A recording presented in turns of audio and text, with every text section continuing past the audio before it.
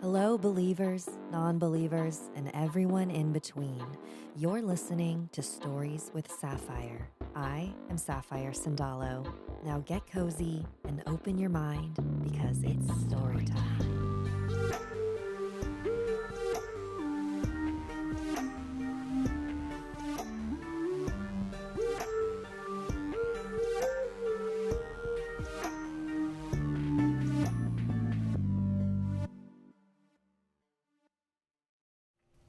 Hello, hello. Hey everyone, welcome to Stories with Sapphire Live.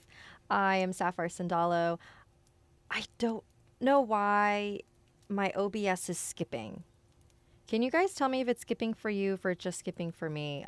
It's driving me a little nuts. I don't know if it's my internet connection or something else. Nothing else on my computer is open. It shouldn't be a problem. Please let me know while I catch everyone up on how this goes. So every week I jump on here on Wednesdays at 5:30 Pacific. Oh, it is skipping for everyone? Huh. Anyone know how to fix that?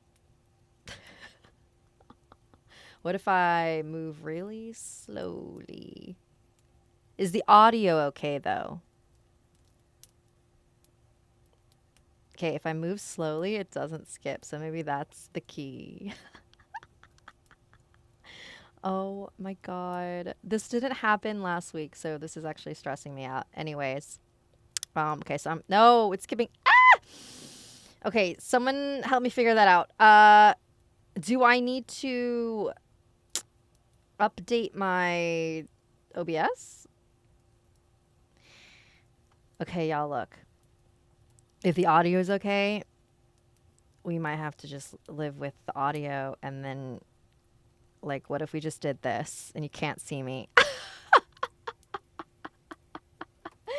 I'm going to turn it off for like a hot sec. I want to see if that lets the internet catch up. I don't know. That's not a thing.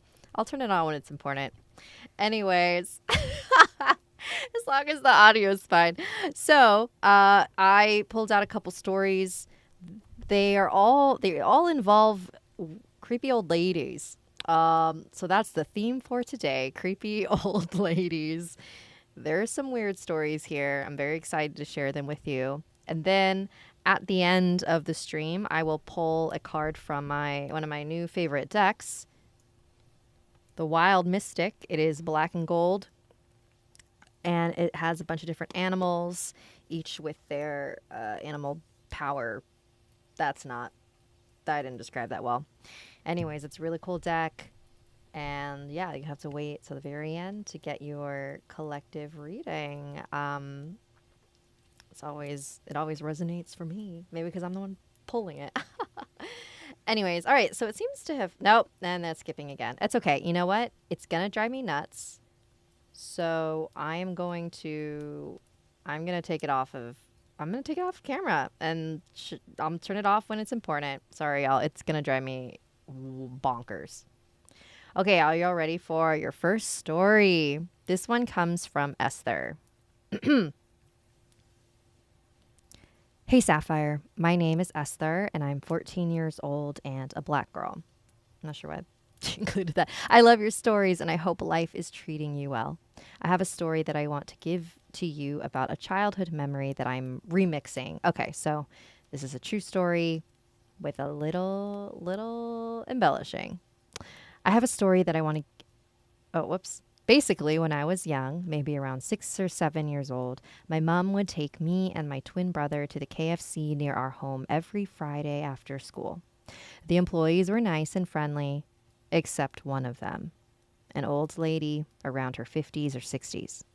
She was really rude and disrespectful to us and many other people there, like shouting at the employees for doing a bad job or screaming at customers for asking stupid questions. And you can add your own mean stuff if you want. One time I went there and I was eating my fries and I accidentally dropped them on the floor. I cried about it, and my mom asked the employees if they can get a new batch for me. But sadly, the only one working at the time was the old lady. I was still crying, and the old lady had enough with my noise and told me to shut the F up or she would hurt me bad. My mom went off on her and we left. After a few weeks, we decided to come back to the KFC, not knowing it would be our last. The old lady served us, and as we got our food, she looked at me with an evil grin, but I ignored it. We got our usual order of chip and chicken meal deal, and I was so hungry that I just ate my chicken before we even sat down, and I immediately spat it out. It tasted so bad that I nearly fainted. My mom checked on me and looked at the chicken. When she did, my mom screamed, and the old lady started laughing hysterically. What my mom saw still haunts me today. It was a fried, dismembered human hand. Anyways, that's all. LOL. Hope you liked it. Also hope it makes your channel from Esther. Esther, excuse me? That's absolutely wild. So you said that you were remixing it, so I don't know what part is the truth. So maybe it wasn't a human hand, but she gave you something else. Because I have heard of that happening. I've heard of people frying up, or God, can someone help me remember where this was from? There was some fast food place where someone chopped off their thumb or their finger and it ended up in the food and it was deep fried. And so the person didn't realize it. Am I making that up? Someone fact check that. I'm almost positive that happened. Blech. Gross.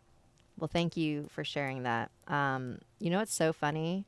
There are all of these horror stories about fast food places and like Taco Bell. And honestly, nothing will ever make me stop eating Taco Bell. That's so bad.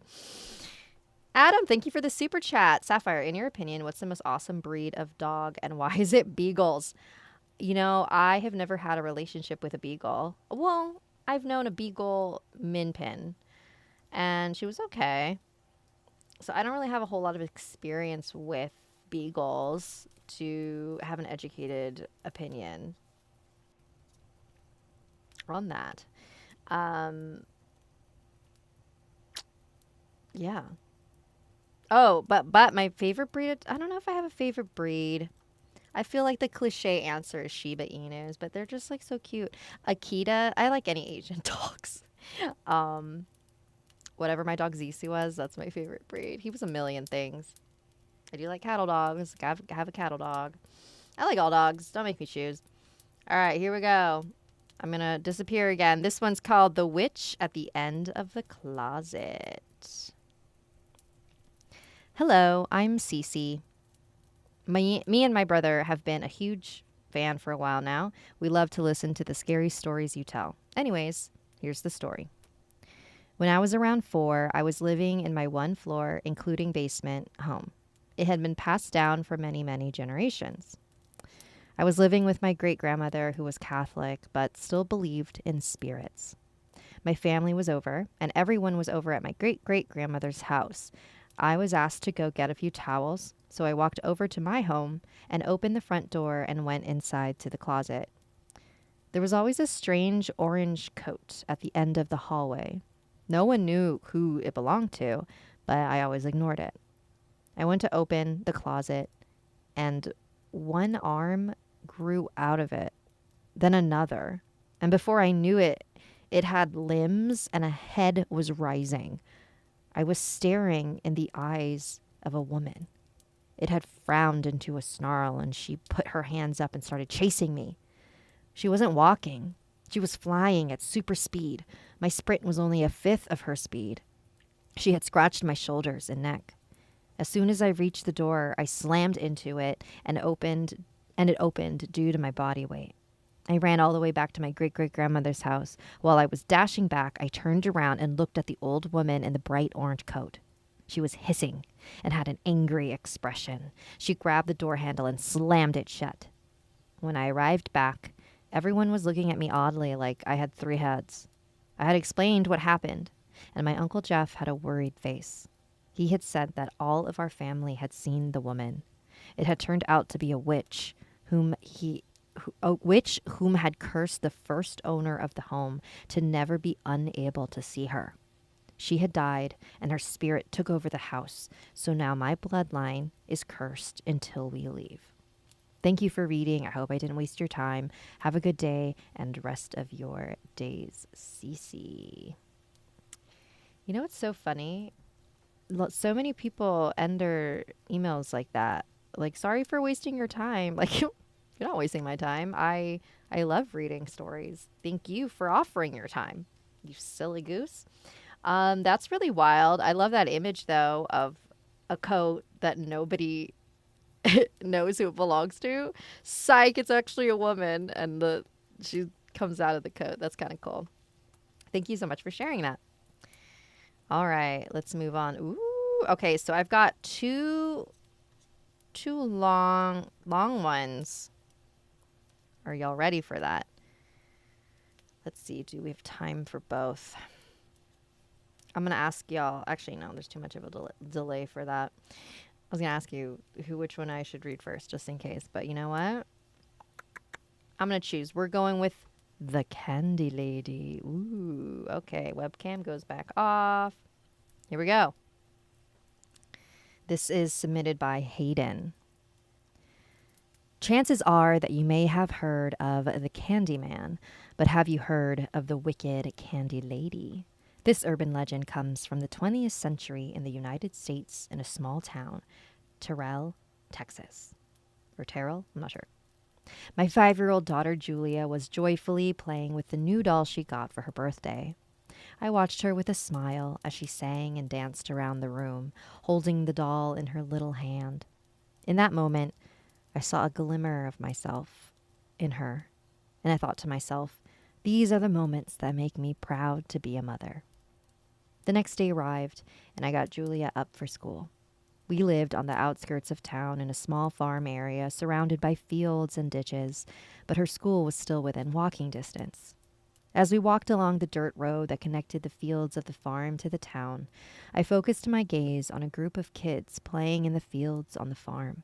They looked so free and happy. I couldn't help but smile. I held her hand as we walked through the small town streets. Some of the neighbors were standing outside their houses, talking with each other. I could see that they were staring at me with a strange expression that made me uncomfortable. Feeling a little unsettled, I tightened my grip around Julia's hand and walked a bit brisker until we reached the school building. And even still, I could feel their eyes drilling a hole in the back of my head. But I ignored them. When we arrived, I kissed her on the forehead, waved goodbye, and watched as she ran excitedly into the building. As I was returning home, the same neighbors who were staring at me earlier approached me. "You're the mother of that young girl, right?" asked a middle-aged man. "Yes, that's correct," I said cautiously. A worried look spread across their faces. "Is there something wrong?" I asked. "Haven't you heard," asked a young woman, "about the children that have been going missing in our area?" I suddenly felt a wave of dread rush through my body. "No, I haven't," I said, trying to remain calm. "A handful of children have been abducted so far, and the police still don't have any leads," the woman continued. "The locals call her the Candy Lady." "The Candy Lady?" I asked worriedly. "It's said she entices kids with candy to kidnap them, and once she's done so, she will leave a candy wrapper on the victim's windowsill," replied the man. I shuddered. The neighbors could tell I was uneased. "We just wanted to warn you so your daughter can be safe," the woman reassured me. "All we can do is lock our doors and windows and pray." And with that, they returned to their houses, leaving me to figure out what to do about this horrible news. Around 3, I went to pick Julia up from school. I hurriedly rushed home with her and made sure to lock the door behind me. "So how was school today, sweetie?" I asked, trying to get my mind off the horrific news I had just received. Julia told me about her day at school as I cooked supper. She told me about how she learned the names of different animals, then did finger painting. But the whole time I couldn't get my mind off the candy lady. Julia, I spoke. Remember how I told you to never talk to strangers? Julia looked at me and nodded. Well, I began again, I just wanted to remind you. It doesn't matter who they are, if they're a man or a woman. If they offer you anything, like candy, run away and come find me, all right? I couldn't help but shudder when I said the word candy. Okay, Mom, Julia responded, oblivious to the danger I knew she was in. That night, I locked all the windows and closed the blinds. I tucked Julia into bed and kissed her goodnight. I love you, Mommy, she said just before I closed the door. I love you too, sweetie. As I lay down in bed, thoughts of the candy lady kept appearing in my mind. I felt like she was watching me, watching Julia. The next morning, I got Julia ready, and we went on our regular route to school. We walked along the dirt road, and as we walked past the fields, I saw the same kids from yesterday, but this time, there were less of them. They seemed to be talking about something. Where were the other kids, I thought. Maybe I'm worrying too much, I reassured myself in my head. The other kids are probably out of town or something. I dropped Julia off and headed to work with an uneasy feeling in the bottom of my stomach. Later that day, I got Julia from school, brought her home. Once again, I made sure to lock the door behind me. I made Julia supper and sent her off to bed as quickly as I could. She must have had a long day because she fell asleep as soon as she laid down on the mattress. I kissed her on the forehead and left the room. And just before I went to bed, I made sure all the windows were locked and closed the blinds. I couldn't risk losing my child to this terrible woman. Once I made certain that everything was secure, I went upstairs and went to bed, or tried to, at least. I felt like I was going to vomit all night. I couldn't tell if I was dreaming or awake. I finally felt that I was drifting into a peaceful sleep until I heard a shrill, high-pitched screech from downstairs. I shot up like a bullet and looked out into the hall. Julia's door was open. I felt my heart sink, thinking that my worst fear had come true. I ran down the stairs, flipped the light, and scanned the room. One of the windows was open, sending an ominous chill into the room. I could have sworn I locked that window. I approached it cautiously and looked down at the windowsill. Lying there was a piece of candy. I picked it up and reluctantly opened the wrapper, and its contents made me gag. Inside were children's bloody, rotten teeth. Some still had the root attached. There was a message written on the wrapper. It read, "Do you want to come out to play?" Signed, the Candy Lady. In my dazed state of disbelief, I looked up to see townspeople and police officers headed towards the farm area. I went outside and saw flashing lights surrounding a ditch in the field. I approached them, teary-eyed. Police officers were pointing their flashlights to a certain part of the ditch. I approached the area where they were aiming their flashlights as a million questions and regrets spun in my head like a hurricane. They told me to stay back, but I shoved past them and climbed into the ditch where a gruesome sight awaited me. A sight that made my whole world fall beneath me.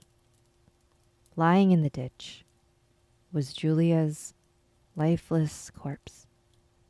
Her pockets were full to the brim with candy, and most of her teeth were missing.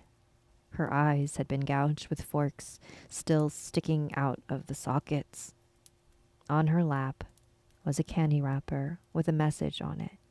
It read, "The Candy Lady." Ooh, Candy Lady. So I caught in the chat that some of you had heard this before. So where is this from? Was this posted on like a Reddit or a creepypasta or something? Interesting.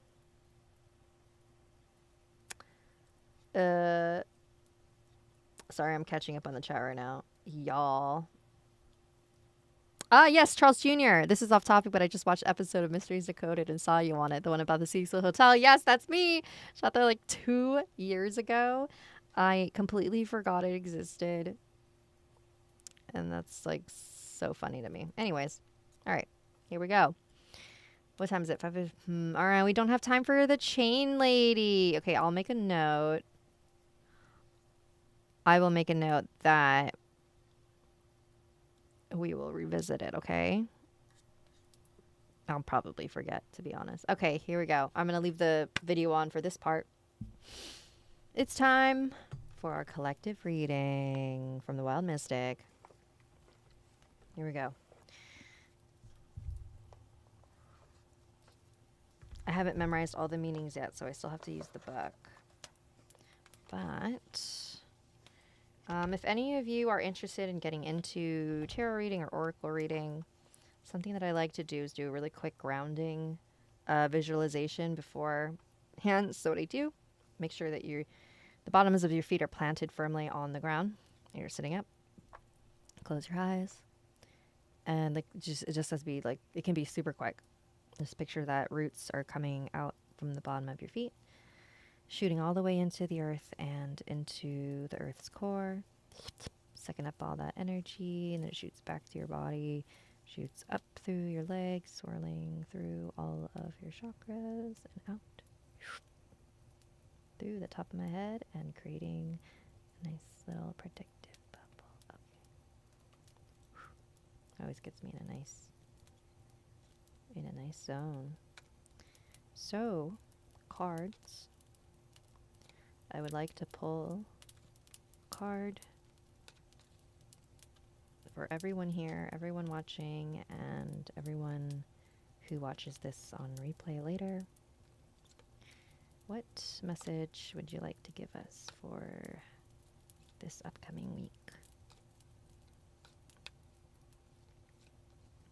Sometimes when I shuffle, I wait for one to pop out. But I don't like doing that method all the time, just because what happens is the cards that I touch the most will be the ones that pop out. And then I keep getting the same kind of cards, right? So that's no fun.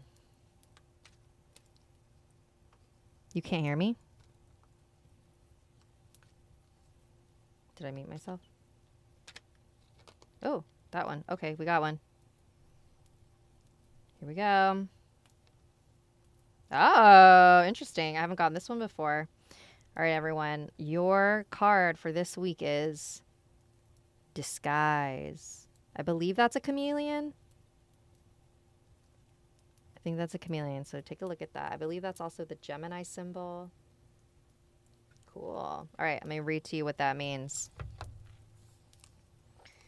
Chameleon, disguise. Here we go.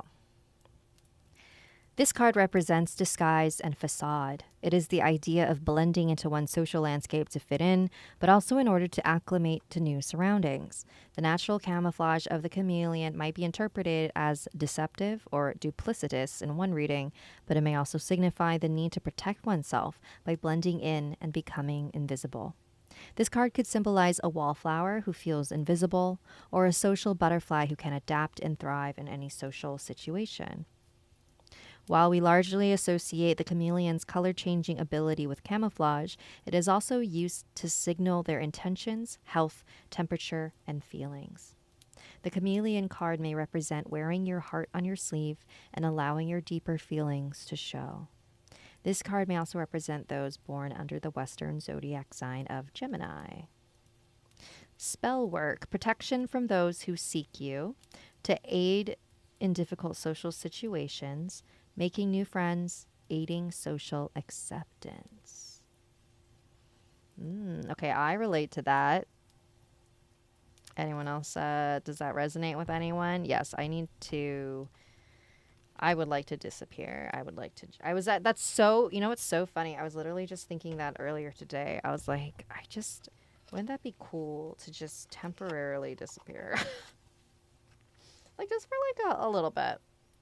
I'll come back. I just want to disappear for like a little bit. You guys never feel that way? Anyways, please don't psychoanalyze that too much. Well, thank you all for joining me this week. I'm so sorry that my video is being weird. I guess I need to, you know what? I have a theory. I have a tiny hunch that what's going on is that I need to update my OBS or something. It's like it's always something so dumb like that. Sorry, my box is like not. Get in there. Okay. It's very frustrating. If I don't do it right now, it will not happen. So I need to do it. Okay. Thank you, everyone. As a reminder, send me your emails to storieswithsapphire@gmail.com. Also, if you have the CW, I believe you can watch it online. I'm not entirely sure. But I am on tonight's episode of Mysteries Decoded. Isn't that fun? It's about the Cecil Hotel. It's about the Elisa Lam case. And you'll just have to watch it to find out. I believe if you're on the East Coast, it has already aired because it airs at 8 o'clock your local time. So I have to wait a couple more hours. Anyways, I will see all of you next week. Don't forget to be a chameleon this week.